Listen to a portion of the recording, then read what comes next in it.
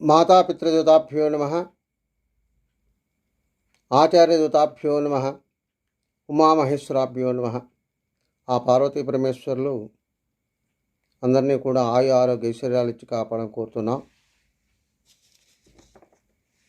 శ్రీ శేషమునీంద్ర ఆశ్రమం తిరువూరు. ప్రతిరోజు కూడా గురువుల మాటగా ఒక మంచి మాట చెప్పుకుంటున్నాం. ఈ రోజున కూడా ఒక మంచి మాట చెప్పుకుందాం. ఏంటంటే, ప్రతి మనిషి విలువను పెంచుకోవాలి. విలువను పెంచుకోవాలంటే మనలో కొన్ని అలవాటు చేసుకోవాలి, ఆచరణ చేసుకోవాలి. ఏమిటి అంటే, ప్రతి మనిషికి కూడా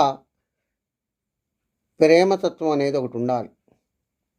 అంటే మన ప్రతి జీవిని కూడా ప్రేమగా చూస్తూ ఉండాలి. మన దగ్గరికి ఎవరైనా వచ్చినా అప్పుడు వాళ్ళని కనుక ప్రేమాభిమానాలతో కనుక చూసినట్లయితే వాళ్ళు చాలా సంతోషిస్తారు. అలా వాళ్ళు వచ్చినప్పుడు చూడకపోతే ఆ తర్వాత చూసినా అది వ్యర్థమైపోతుంది. ఇక తర్వాత ప్రతి మనిషికి ఆయుష్ కావాలి. ఆ ఆయుష్ ఎలా ఉండాలి? ఆరోగ్యంగా ఉండాలి. ఆయుష్ ఉన్నంతసేపు, ఉన్నంతకాలం. ఆ ఆయుష్ ఉండి అనారోగ్యంగా అంటే ఆరోగ్యం లేకుండా ఉంటే ఆ ఆయుష్ వల్ల మనం వ్యర్థమే, ఉపయోగం లేకుండా పోతుంది. ఇక మూడోది ఏంటంటే, ప్రతి మనిషిలోనూ జాలి, దయ, కరుణ అనేది ఉండాలి.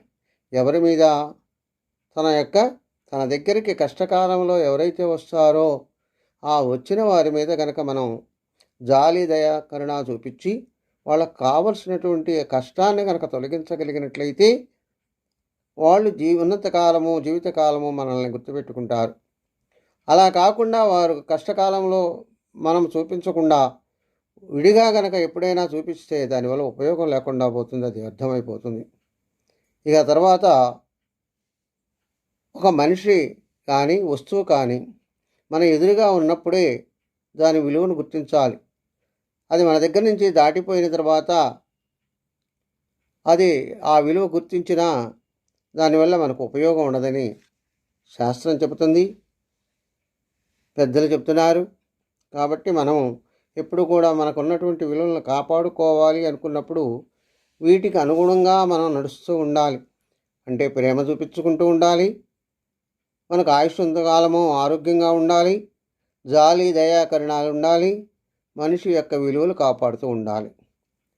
ఇలా ఉండాలని తెలియజేస్తుంది. స్వస్తి. సర్వే జనా సుఖినో భవంతు. ఓం శాంతి శాంతి శాంతి.